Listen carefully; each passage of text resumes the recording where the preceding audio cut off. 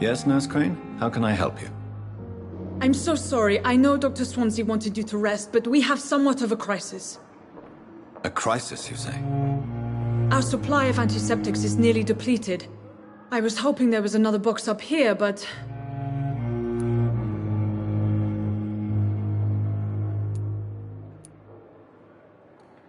Sorry.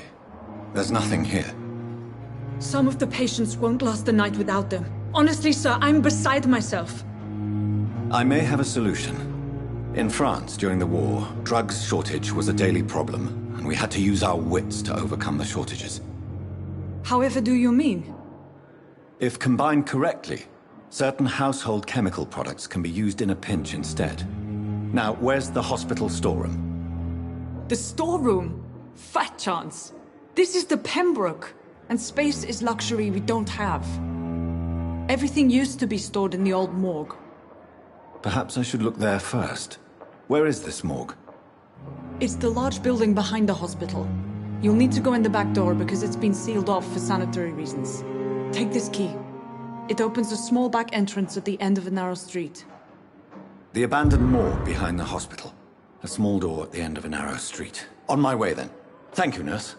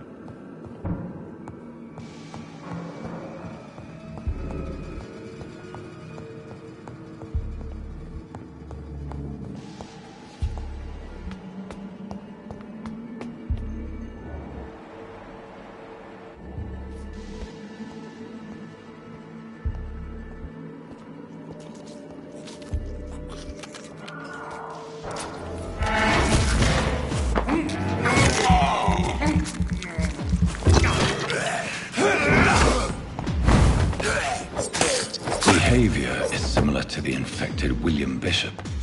Must be the same strain. This sickness moves faster than influenza.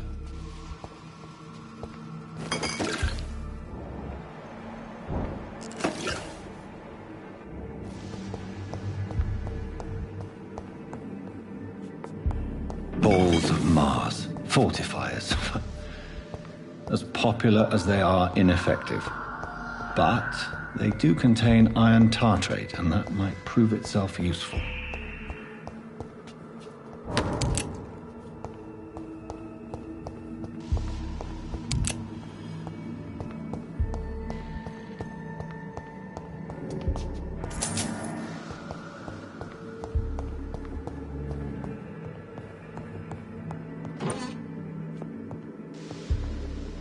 This key will surely grant me access to the basement.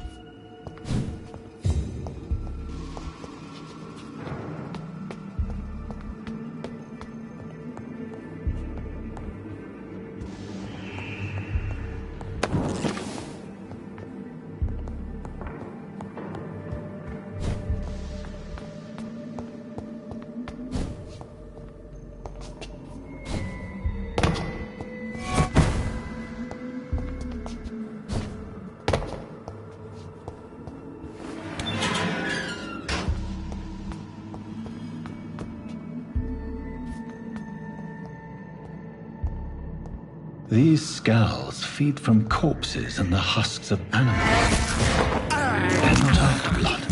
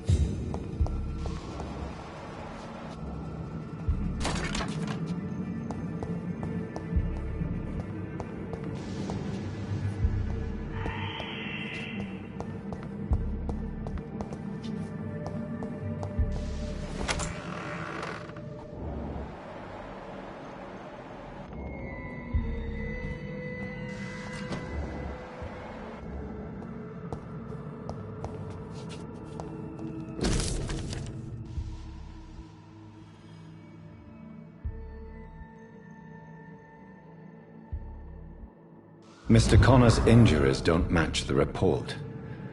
I'd better look into this. It's locked, all right.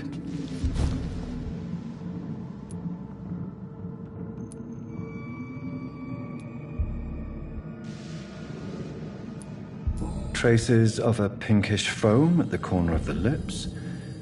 Some sort of drug overdose, perhaps? The chest was originally open to perform the operation. The sutures are clean, but the chest has been reopened. Multiple abrasions and scarring on the arms and legs. Old and distinctive injuries of a sailor or a fisherman. A puncture over the left lung, possibly a chest tube insertion. Not the cleanest work, but I think it was successful. Signs of internal bleeding. So, Dr. Tippett's anesthetics were incorrectly dosed, causing the patient's death. And then he tried to operate on him again. Tippett has made an egregious error. It's time we talked.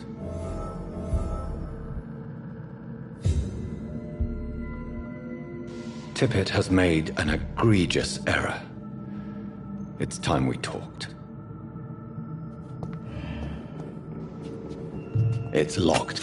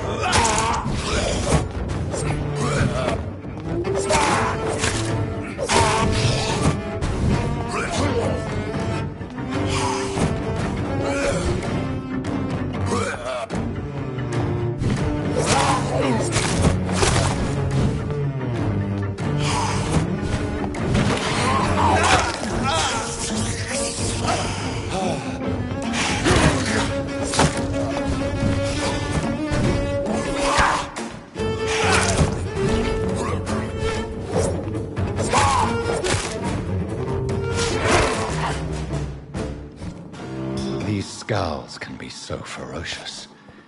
I'm not sure I can defeat them.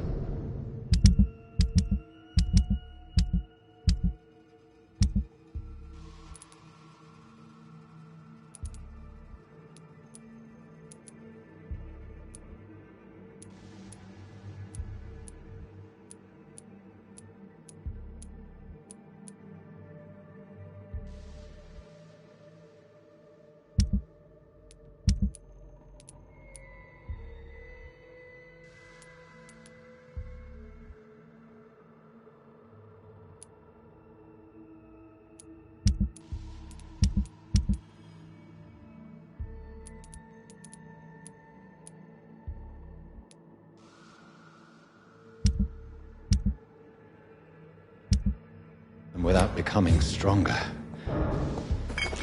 To drink blood is so tempting.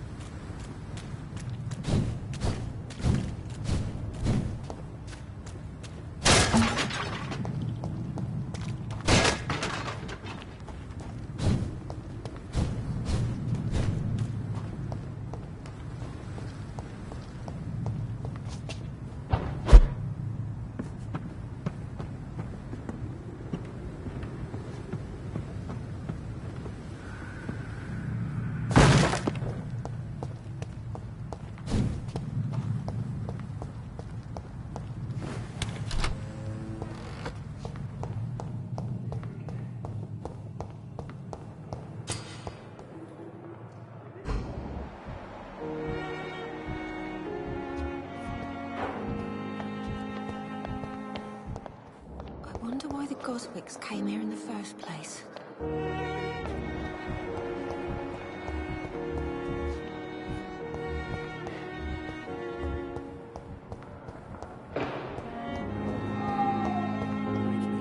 I'm so tired. Will this shift never In end? circumstances, I'm willing to give you the benefit of the doubt. Finally, you've returned, Doctor.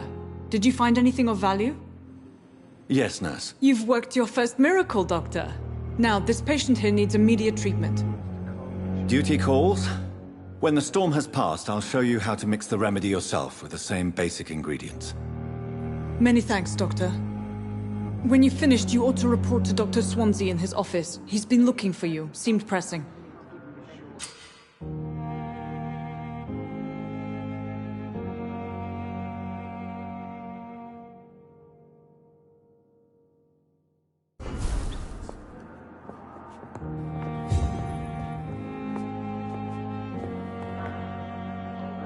Good evening, madam. Can I help you? It's my son who needs you, sir. I'm Dr. Jonathan Reed. How can I help your son? I'm Beatrice Goswick, mother of Mortimer Goswick. Could you check on him, please, Dr. Reed? I've heard much of your talents as a physician.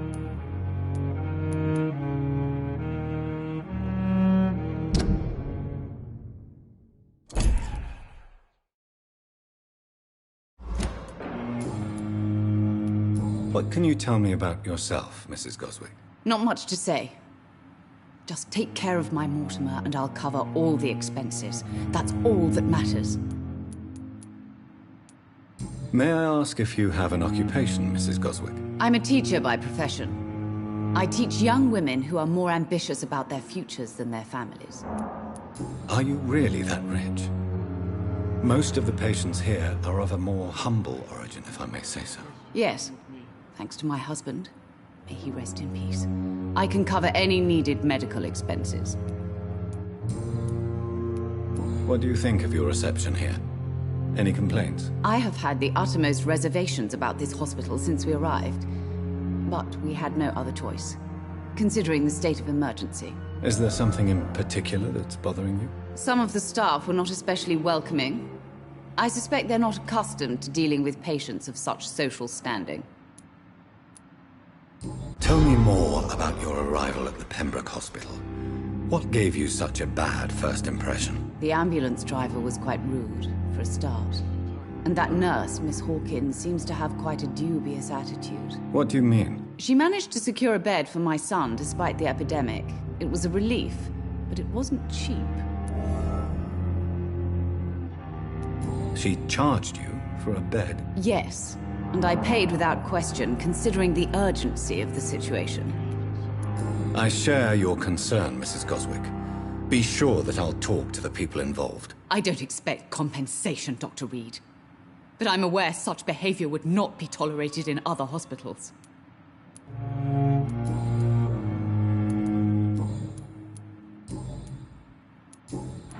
Goodbye, Mrs. Goswick. Good evening. I'm Dr. Reed. Can I help at all? No, Really?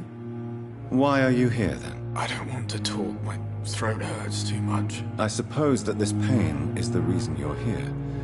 Is someone taking care of you? Yes. And no. Could you at least tell me your name, sir? Mortimer. Mortimer Goswick.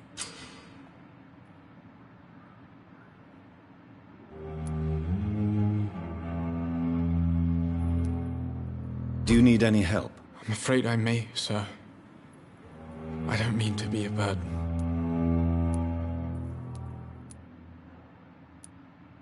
You are not a burden, sir. Healing you is my responsibility. And you have my gratitude for that.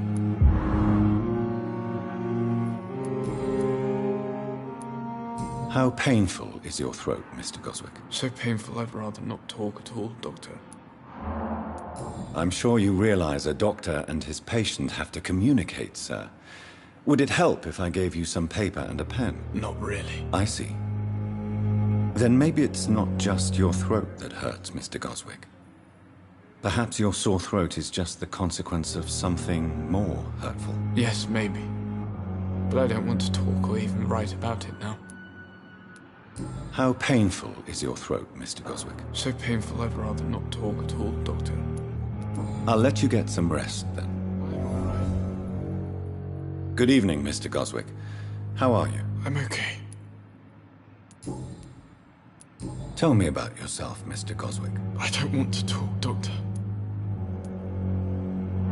Do you need any help? Thank you, Dr. Reed, but you've done enough already. The rest is up to me now. Why did your mother have you hospitalized here? She seems convinced this is a bad hospital. My mother just wants the best for me. She won't rest while I'm here. She'd go all the way to hell and back to help me. Pembroke Hospital may look unorthodox, but rest assured you're in good hands here. It's not me you have to convince, Dr. Reed. It's my mother. Is your mother bothering you? As your doctor, I can ask her to leave you alone if you would prefer. That's tempting, Doctor. But you have no idea what my mother is capable of. She would tie herself to my bed if you asked her to leave.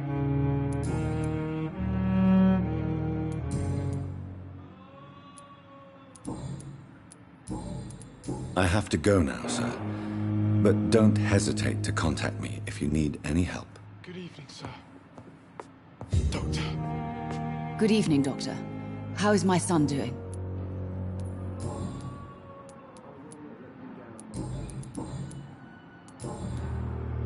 Goodbye, Mrs. Goswick.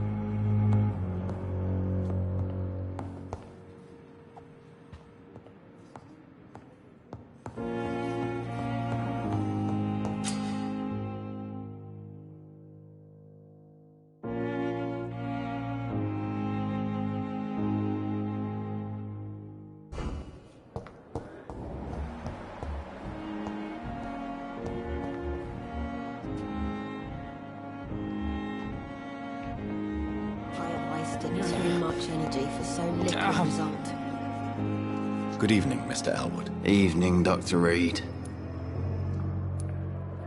Soldier, do you need assistance? I'm fine. Just do something for this pain, will you? That's all I'm asking.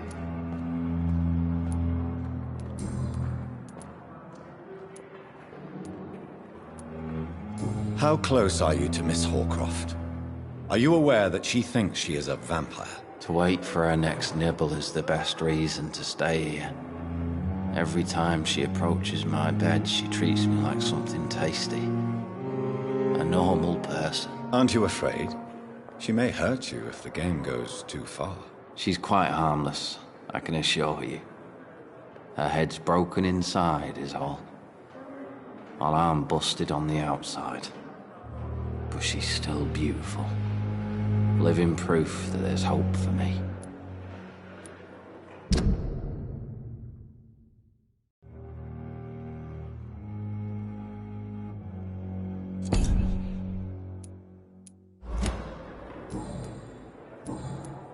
Goodbye for now, Mr. Elwood. You disgust on every street corner. The daily routine. Good evening, Milton. Good evening, Doctor. Still trying to save lives?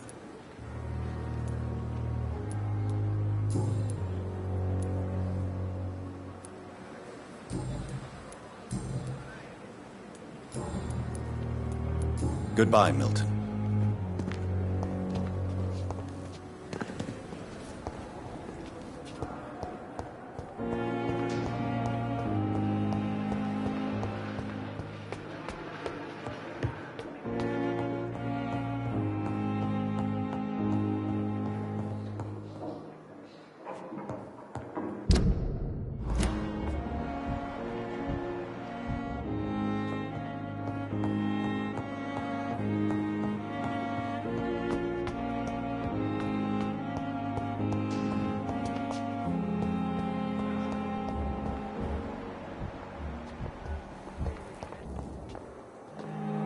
Good evening, Nurse Hawkins. Good evening, Dr. Reed.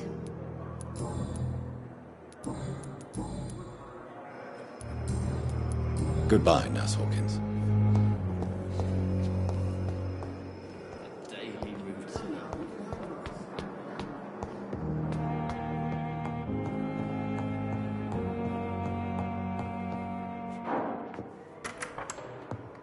Please, Jonathan, come in.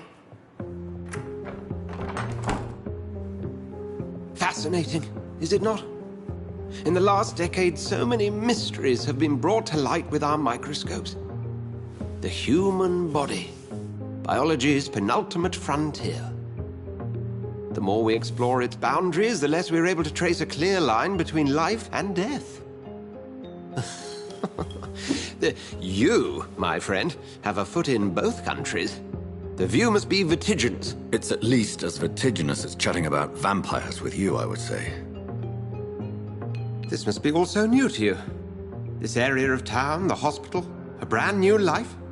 How stimulating it must be. I wish I could share your enthusiasm, Dr. Swansea, but my condition defies scientific categorization. Undead? Unalive? Immortality defies logic. I cannot express my thrill at this serendipitous turn of events.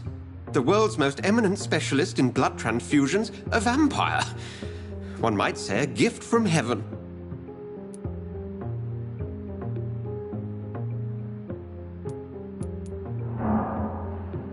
It may seem strange, but your words have brought me some comfort here. Forgive me.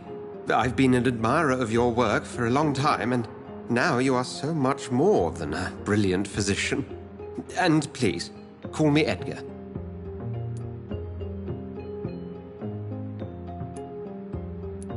There is no need to apologize, Edgar. You offered me sanctuary when I had none. Very well. I have a task for you, Jonathan. Something that will require all your newfound skills.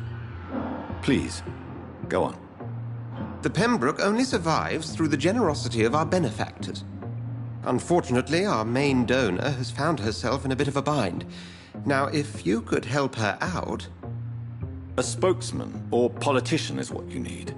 That's not my calling. And until I come to understand what has happened to me, I require discretion.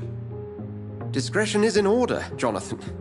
Lady Ashbury has recently received rather indelicate correspondence that, if revealed, would jeopardize her position. And you would like me to eradicate this threat? By the stole, of course not. I would just like you to pay her a visit. Her ladyship is certainly near the tents outside, tending the sick. You can't miss her. Look for someone impossibly delicate. Accepted. I'll see what kind of trouble Lady Ashbury is in.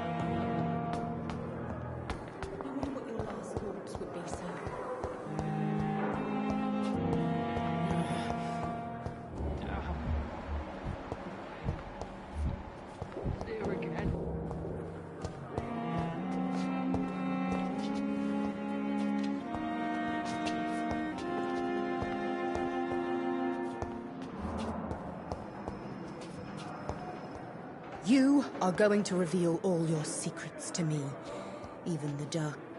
Good evening, Mr. Elwood. Evening, Dr. Reed.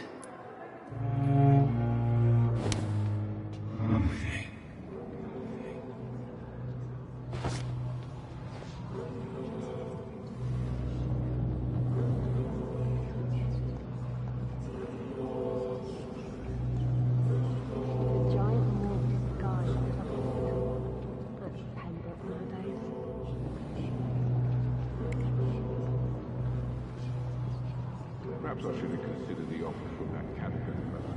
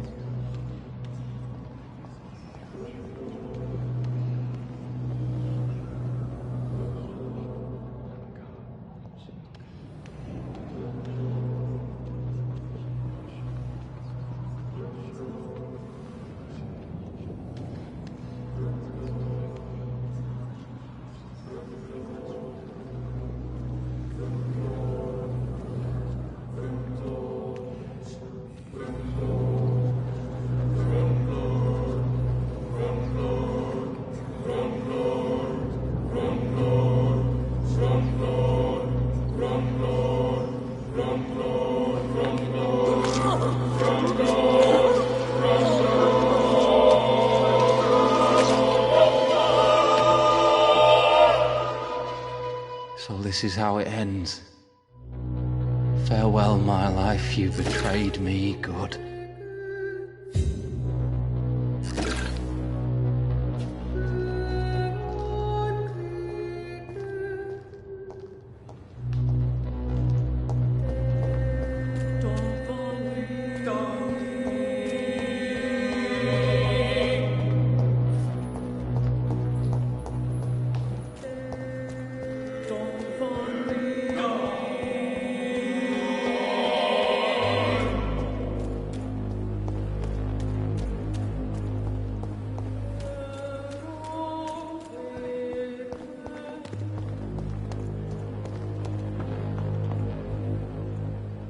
The flu took my dear wife, Emily. I take comfort knowing we'll soon be together again. Mr. Rainfield, that's no way to talk. You're in good hands here, and we'll be up again soon enough.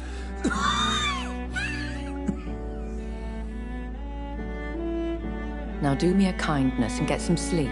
I'll be back round later. Your words are kind, the blessings of an angel. You're the sweet, sweet Lady of Mercy.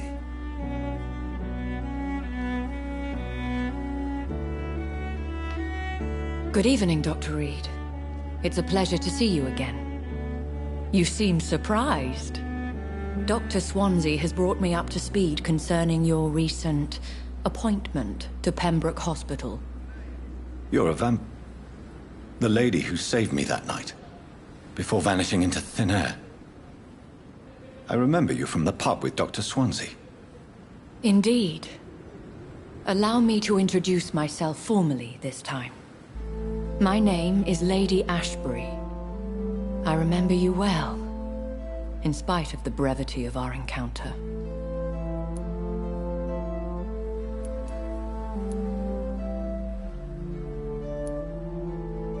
Apologies. You've taken me by surprise. I'm very happy to see you. The pleasure is mine, Doctor. I hope you're more disposed to answer my questions now. You must have countless questions, but our rather urgent matter first. Swansea has explained. My cover, if you prefer, has been compromised.